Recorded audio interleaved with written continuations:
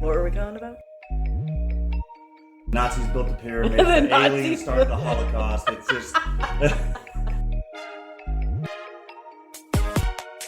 We're talking about serial killers today. They're ghosts. It's only going to get worse from here. Ooh, man, it's a little chilly back here, but... After standing in the kitchen, it feels great. Yeah, well, we're doing our Thanksgiving a little early, so... Can't wait to dive into that turkey and all that stuffing and all that goodness. I mean, Jesus Christ, it's... Yeah, I have a little mini family Thanksgiving because I work on Thanksgiving, so... Yep, but you know what? It's alright, because it's going to be well worth it, because I get to spend it with you guys. Exactly. So, welcome everybody to The Calling Couple. I am your host, Gage, along with my beautiful, lovely, wonderful co-host, Sage. And today we're going to be talking about some, I would say, tips and tricks and things that you can do for... living the slow life. Yes, but before we get into that, if you guys have been liking our stuff, please leave us that thumbs up. Leave us a comment down below of your favorite episode or some ideas that you would like for us to go on about. And be sure to give us that share and ring that notification bell to keep you updated on all the new shit that'll be coming out later on. And if you have something that you would like to talk to us about, and it's not going to be able to be fitting into the comments down below, you can leave us an email at thecallingcouplepod@gmail.com. We would love to hear from you and get some insight on what you have in your brain. So, let's go ahead and get into this episode. We are going to be talking about homesteading. Now, we're not fucking professional homesteaders by no means, but we have fun with it. Yeah. It is fun, but yeah, we just started this, man. Yeah, it's not one that we would recommend that you go out of your way to make happen because, you know, it gets expensive if you don't have the means and know-how. Biggest thing I would say is don't go spending a shit ton of money on things, you know what I mean? Like, I know that there's people out there that are going to like Atwood's, Tractor Supply, the little farm stores, and spending hundreds of dollars on shit that you really don't need. Think, like, the biggest thing about homesteading to me is you got to think outside the box. You got to see what you need and find ways to make it happen. And you can turn a lot of junk into good working product if you know what you're doing and have the envision of what you're wanting to do. Like we said, it's the beginning of it for us, and we just started doing this. We just all realized what we were doing is called homesteading. And we're just like, oh shit, is that what we're trying to do? Well, we have said it before. We have done this in the past. Yeah, but we didn't, I didn't realize that there was actually a word for it. Like, we've been calling it, like, wanting to start a commune or farming, but, like, small. Yeah. It's called homesteading. Well, we were calling it a commune because we were looking for people that would be willing for that same kind of lifestyle. Yeah, I mean, eventually that would be fun to get to, you know? Like, people who actually want to put in the work and all that kind of stuff, but that's the thing, though, it's a lot of work and stuff, and you gotta have something to offer before you can ask people to come join you. But that's also where we kind of changed the way we look at things on calling it a commune, because we don't really want a commune. Yeah. We realized that after we, like, thought about it and all that kind of stuff, because what people think is a commune is not at all what we're wanting. Yeah, because anytime we say commune, they're like, you want a cult. Oh, like a religious cult or like a sex cult or something. No, god damn it, no. No. But what we want is a little farm, a little place that we can have our animals and our agriculture, and basically being a self-sufficient thing without having to rely so much on the corporate products that are out there. The grind, the hustle culture. Yeah. So sick of hustle culture. Like, I did it for a long time and it worked, but you burn out so quickly, and I'm just a slow living kind of person. Yes, there's a difference between slow living and hard work. And people think like, oh, if you're a slow living person, then that must mean like you just chill on the couch all day long and stuff. Like, no, actually, slow living is doing everything from scratch, slowly. Yep. Fast-paced living is buying everything at a store, or, like, fast food places and stuff like that. Slow living is having to do everything from scratch. So it's doing it the hard way. But it's, like, the most peaceful way to me. Like, it's just, so less stressful than literally having to do it the fast way so that you can get to that next hustle. Right. That's ridiculous, and I just can't do it. Not anymore. Yeah, because, I mean, there's a difference. Like, if you were doing a farm, like a big farm or a ranch, and you are literally buying several, like, at least 10,000 acres, right? Let's say 10,000 acres. That's a lot of acres. Right, and you're taking 5,000 of that to grow corn or canola, and things like that, to where you do have to buy heavy farm equipment and stuff. Yeah. That is very expensive. And that's farming. That's straight up agriculture. Yeah. But with homesteading, you're breaking down to what just self-sufficient's you. Well, you can actually do it to where you're getting the best of both worlds, the ranch style and the farm style, where you're doing agriculture and livestock. And yeah, but you're doing it. Well, see, that's the difference between being a farmer, is that you're producing to sell, to feed an entire community, cities, people you don't even know. Mm-hmm. Homesteading is a much smaller version where you're just needing to be self-sufficient, to where you're feeding you and you're feeding your farm. You're feeding your animals, your family, maybe taking some stuff to town to sell, like at a farmer's market, and that's it. Yeah. Like, homesteading is mostly just self-sufficient, but of course everybody needs income because we're modern. We need, like, we do a fucking podcast, guys. So obviously we need internet and stuff like that. Like, right. We still go out. I go to Walmart and get shit, but I would love to go to Walmart less. That would be wonderful. I agree. And my thing is that homesteading is becoming so mainstream nowadays. Like, it is. Now, like I'm not against it. We have done it before. We did it years ago, and we thought we were moving, so we ended up selling everything because we were going to go start out there. We had gotten so far. Yeah, and we did. But we thought we were going to sell everything and start a brand new homestead out there, and that ended up falling through. So now, so much shit happened. Yeah, and then we ended up finding something else to kind of appease our time for a few years, and it was okay. It was fun. We had a good time with it. But now we were like, you know what? We really miss the homestead life, so we're now rebuilding it, and we're adding new things that we've never had before, which is amazing. Like, what did I just get you? You just got me a new potbelly pig, something that I've been wanting, and it's something he has to now work 10 times harder for because I have, because we got the pig, and then but now we had nothing set. Nothing. We had nothing ready for this free pig, man. No. And so he's just out there freaking building this shit, and he's just like, man, this pig is smart. He's going to get out. So he's like finding everything he can to make sure this pig can't get out, make sure it's comfortable, it's got lots of shelter. Built everything from scratch, like, within 2 days. And just, like, from, like, the moment he woke up to, like, the middle of the fucking night, like, in the dark with a freaking headlight on. With, like, flashlights and stuff. And just, like, and it's been raining for the last 2 days, too. Oh, yeah, that sucks. Like, it hasn't been a hard rain or anything, but, like, the ground's wet, so nothing's staking in the ground correctly. Mm-hmm.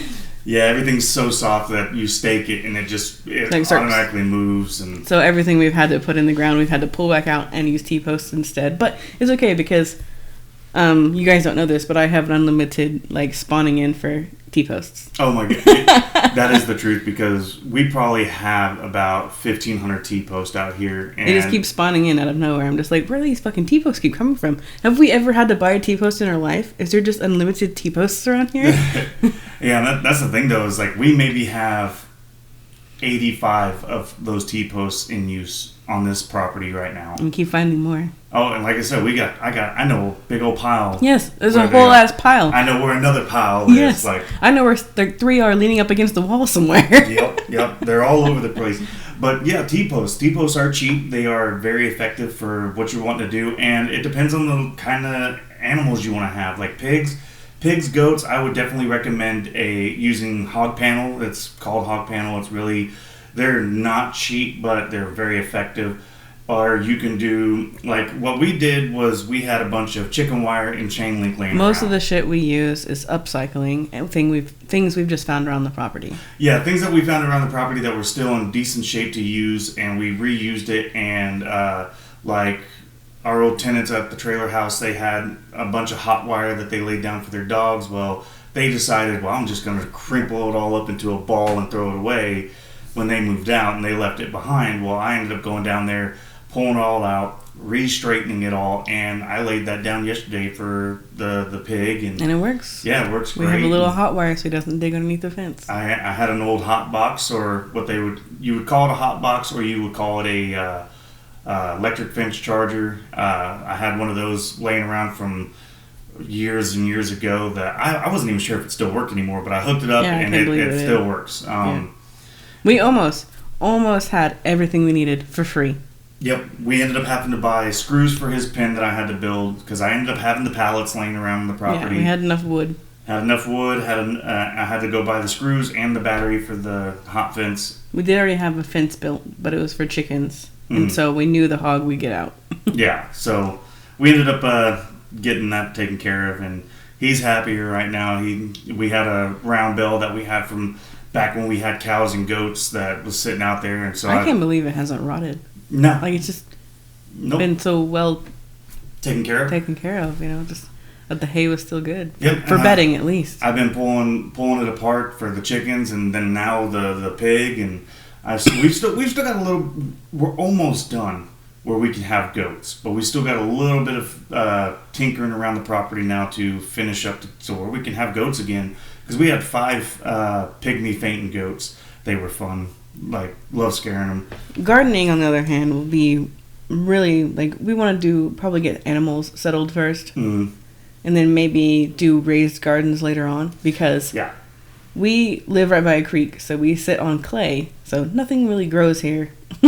Yeah, well, and I also want to do raised gardens for the fact that I will be running a two wire hot wire, so if any of the animals try to get over to it, that's going to keep them back from getting into the garden, because really we don't have a lot of places that we're going to be fencing off to keep them out. But at least with the hot box, it'll be able to keep them back from trying to get into the garden so much. But that is going to be a huge challenge, because I haven't done gardens since I was a kid. Yeah, it'll take so much research for me, because I am terrible with plants. Yeah, well, and watching Grandpa dig around in his garden every freaking day, and like some years not having good produce at all, and then some years having way too fucking much. Mm-hmm. And it's like he's consistent every year, consistent. What's different is the climate, the weather, the soil, the seeds themselves, like things that he's not able to control. Yeah, what's funny though is his is outside. It's a raised garden and everything, but it's still producing right now, even into November, with he doesn't have a greenhouse over it. It's literally just open, and it's so warm right now that it's still producing shit, which affects. he's cutting the last bits of his harvest off this month, and that's really impressive that his garden went this long. Yeah, but that's the beauty of where we live here in Oklahoma, and you can't really get this in every area of Oklahoma, because in each area you have to change the way you're doing things for the terrain and the climate and everything, because that's something that Grandpa does, is that every year he rotates what he grew the year before. Mm-hmm. Like this year he did cucumbers and okra, but last year, remember how much zucchini we got? Oh man, and squash and tomatoes. Mm-hmm. But this year he just did okra and cucumbers. Well, I'm always a fan for the okra. It's so good. The cucumbers ain't bad, but I'd rather pickle them.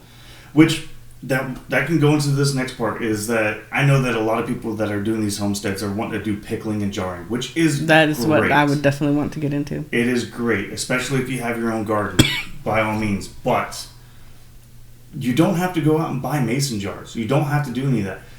Your pickle jars, upcycling. Yeah, you're upcycling the same jars that you would just buy at the store, and just don't throw away the jar and the lid. Keep them there. Wash them immediately though, because that lid will become unusable if it gets gross. Yep. Rinse it out. You can do, I would say, some soap and salt water to help kind of break up all the particles. Clean it out and then rinse it. Yeah, just clean it normal like it dishes. And then at the end, give it a good shake with some vinegar. Mm-hmm. And then let it dry. Because you're going to pickle in it anyway, so having vinegar on the inside is fine. Yep. You can do a lot of things, but instead of doing, my biggest thing is, like I was saying earlier, how it's become so mainstream, is that you get, the Pioneer Woman dish set and all that kind of shit. That is mainstream, main brand bullshit. Do not be suckered into it. For one, I mean, if you want to go with the expensive stuff and you've got the money to back it, go for it. No, sure. But we're saying if you don't and you're like, oh, I'll never be able to homestead because I just don't have the money for it. Well, we didn't either. But we're like, oh, you know what? We could use this or we could use that. And now we're just like, we can homestead. Mm-hmm. Yeah, that's like the cattle panels that I got from your uncle. I called him up and I said, hey, you got any junk ones that your horses are broken or damaged or any of that? And he goes, yeah, I got a couple. Oh, yeah. When you were talking about jarring just a second ago, I was just like, that's also something that a lot of people who want to homestead don't realize is that there is a homesteading culture, or community, not culture. There's a community. There's so many people, like you said, it's becoming mainstream, so there's so many people that are doing it nowadays. And I think everybody's homestead has that one thing that they want to do the most. Mm-hmm. And ours is probably going to be like pigs and chickens and goats. Mm-hmm. We want to do livestock more. And some other people are going to want to garden more. Yeah.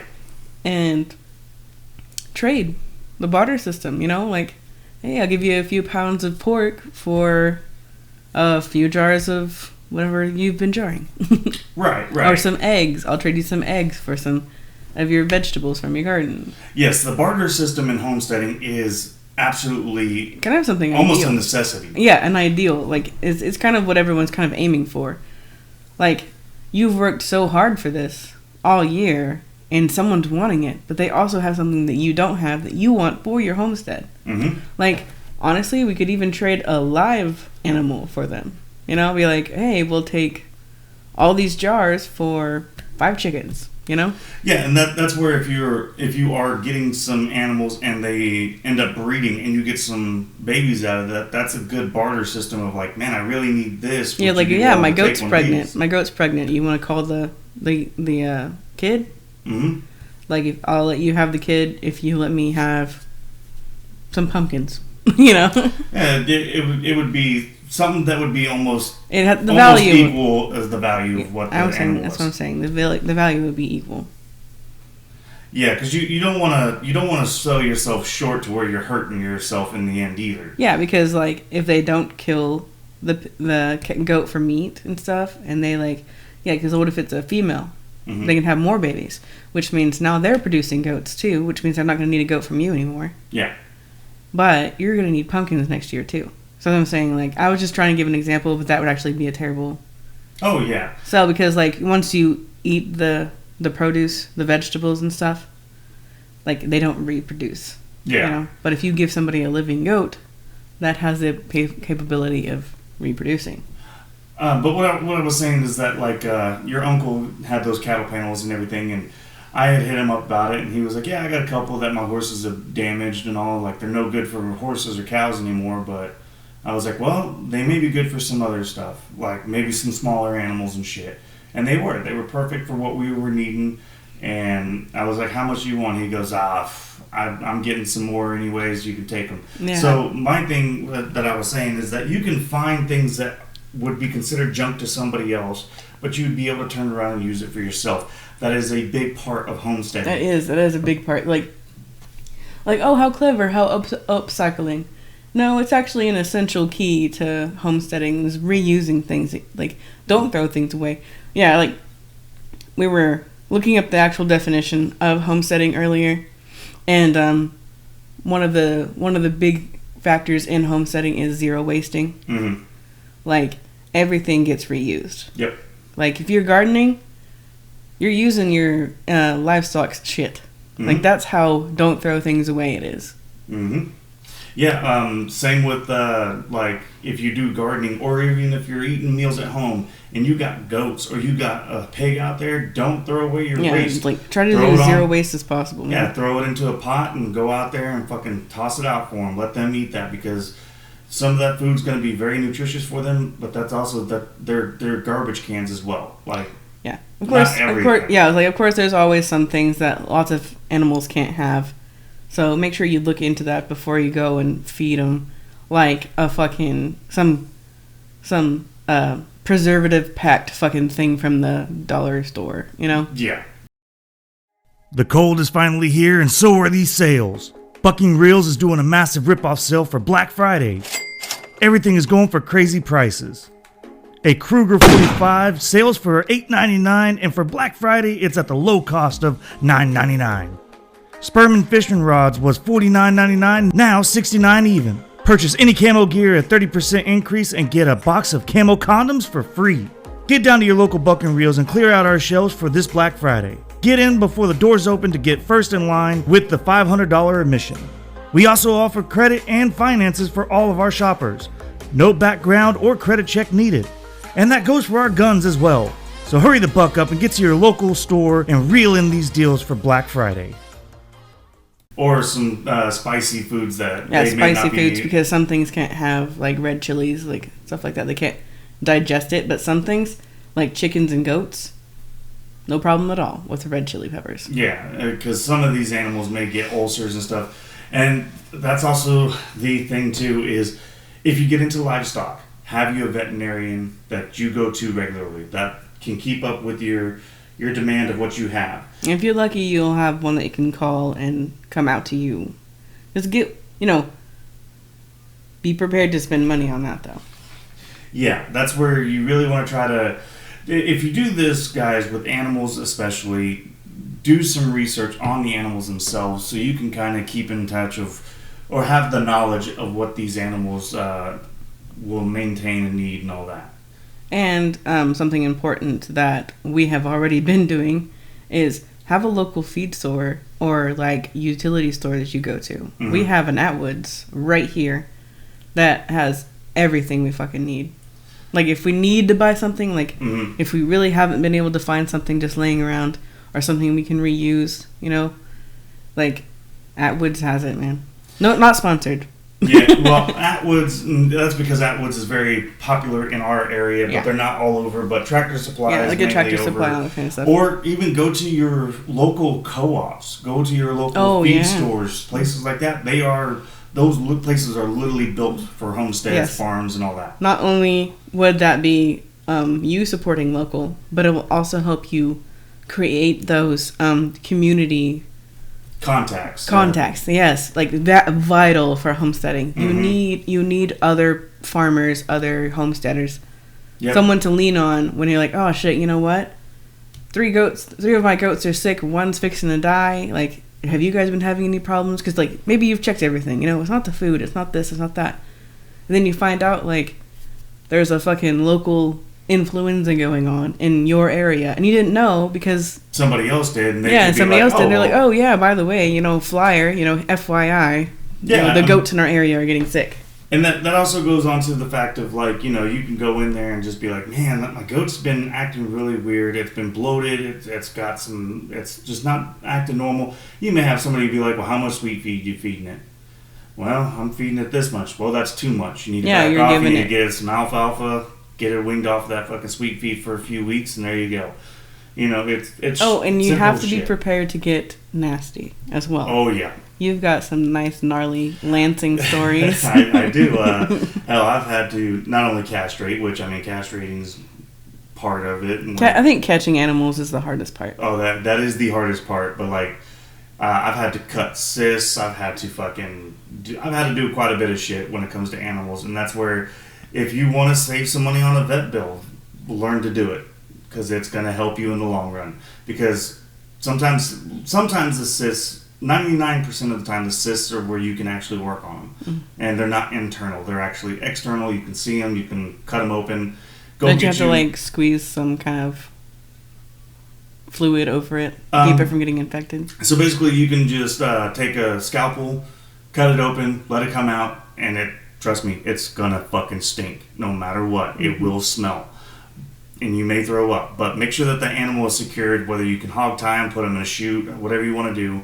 But cut it open, let it start draining out. You may have to help force it drained out. Pour some alcohol over it, and then you can either stitch it, staple it, or you can get this stuff called liquid Band-Aid. Mm-hmm. It's a silver spray that's sold at livestock places. And spray it on, and let them go. There you are. You're done. It's fairly simple shit, but it's one of those, if you want to save some money on a vet bill where they would charge you a lot for either you bringing them in or coming out there, like, yeah. And of course, as always, if you don't know how to build something or make something, It's called YouTube University, and we've all graduated. So or join the Facebook pages of homesteading and like. Oh yeah. Lots of homesteading channels and pages to groups to join. Like find your local one for sure. Like I think we should even look into it.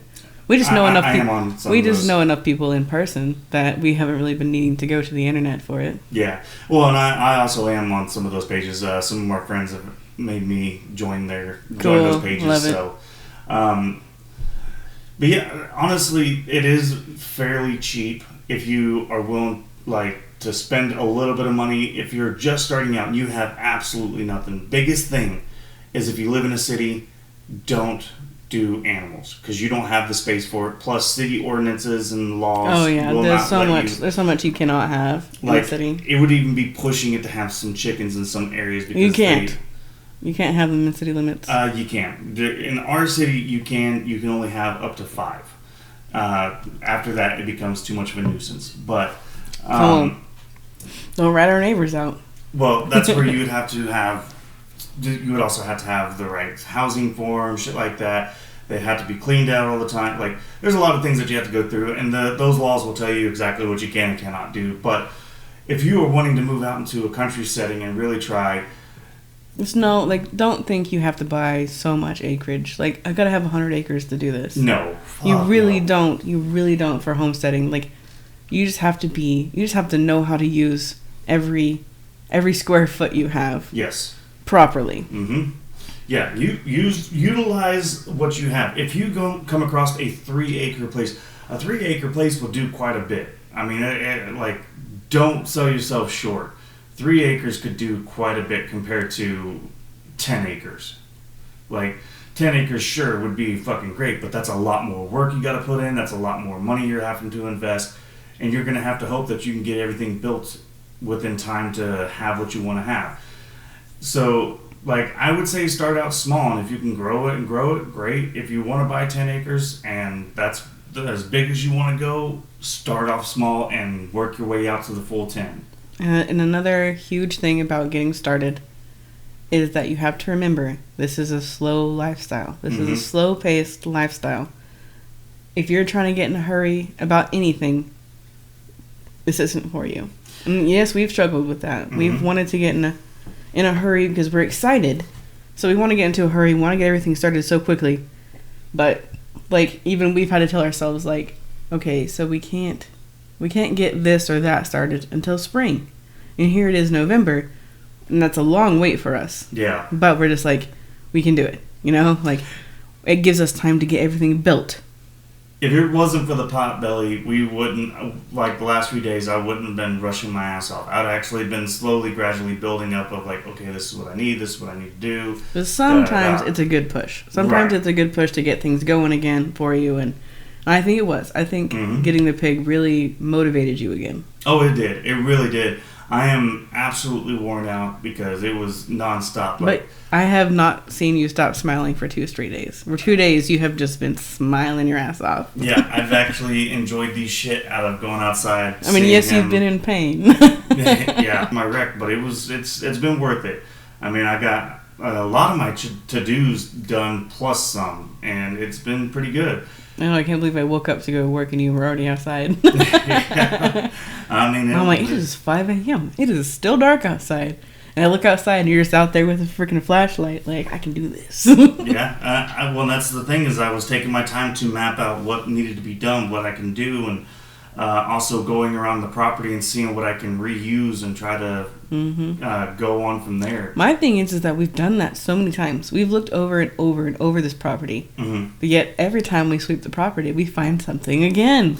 Yeah, because it's always something that we overlook because it's not at the task that we need at that moment. We couldn't use it right then and there, so we're just like, junk, and just walk right over it. Yeah, but then all of a sudden we need it, and you walk over it again, and you're like, oh my god, I needed that.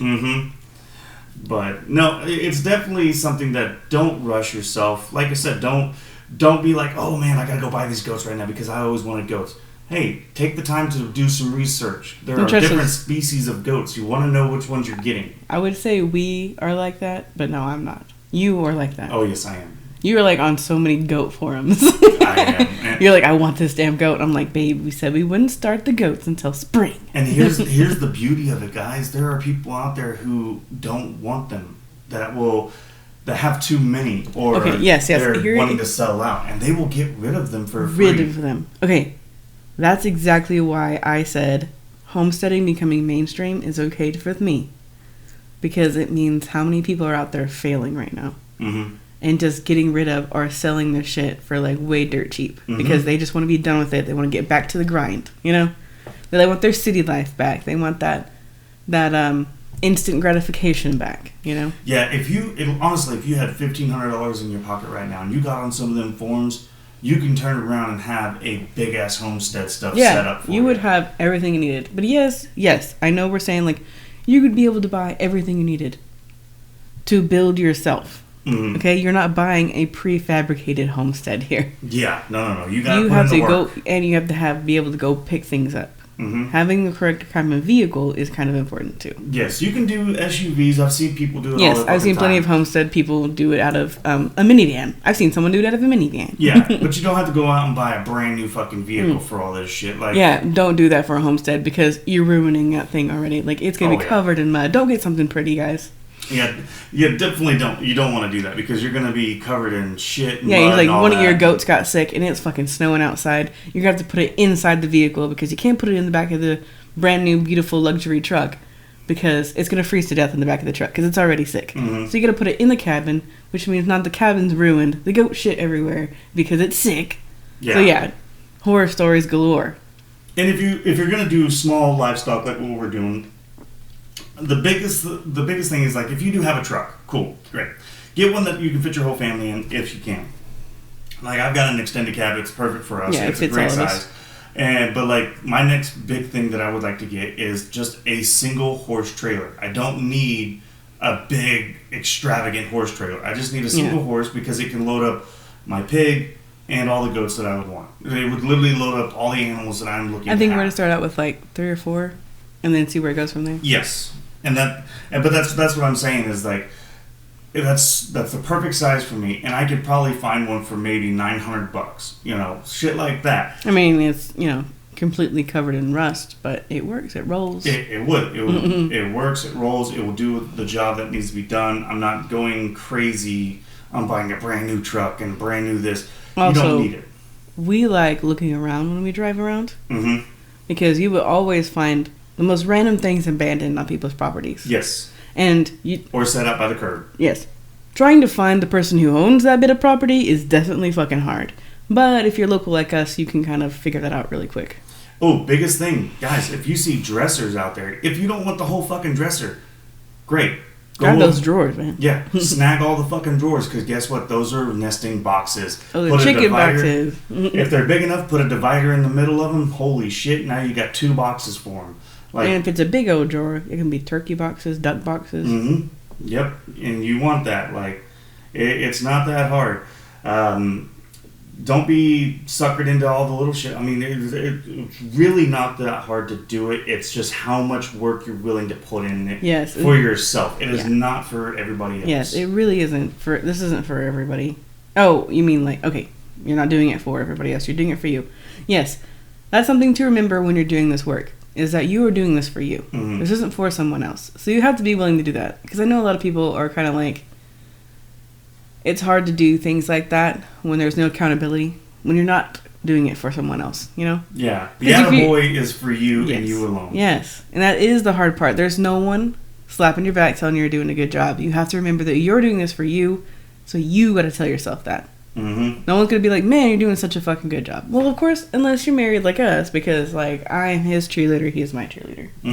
Yeah. And then we got our wonderful kids who are fucking like, this is so cool, we have a fucking goat. And we're like, watch your language. But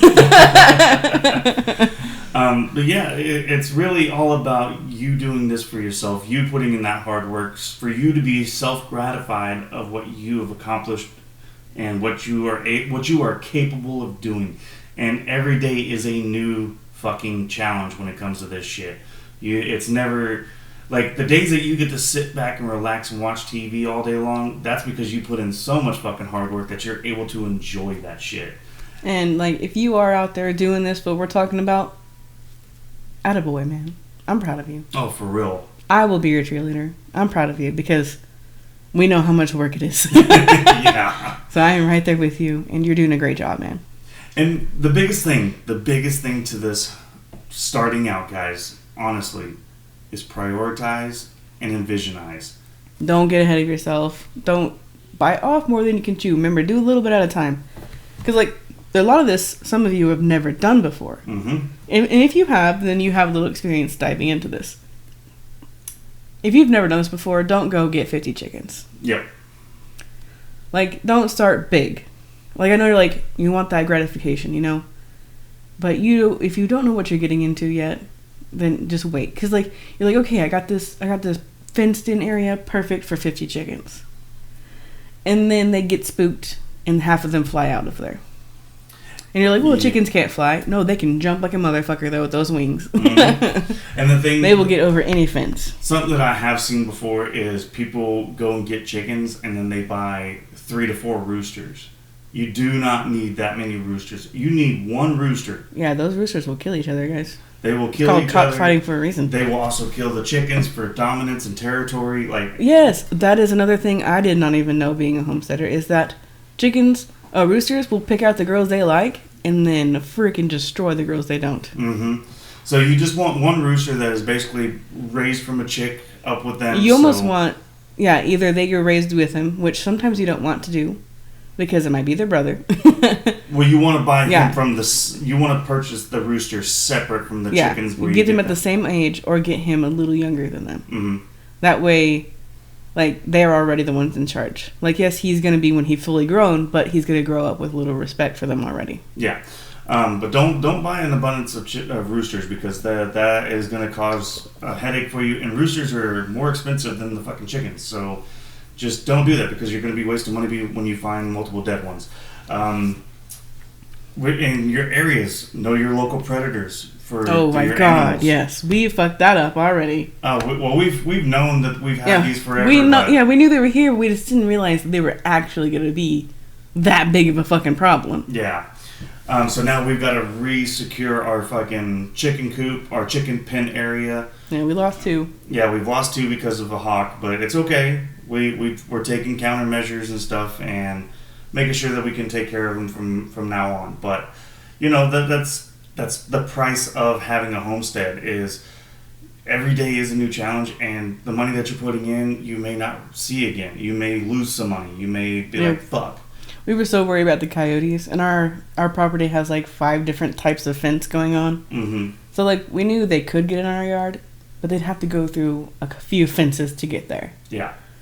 So we were like, okay, I think we're good with the coyotes. Then we were worried about feral cats because we got fucking cats galore out here. But we have our own cat. He's a derpy motherfucker, but he's big, so he kind of intimidates the other cats to a point.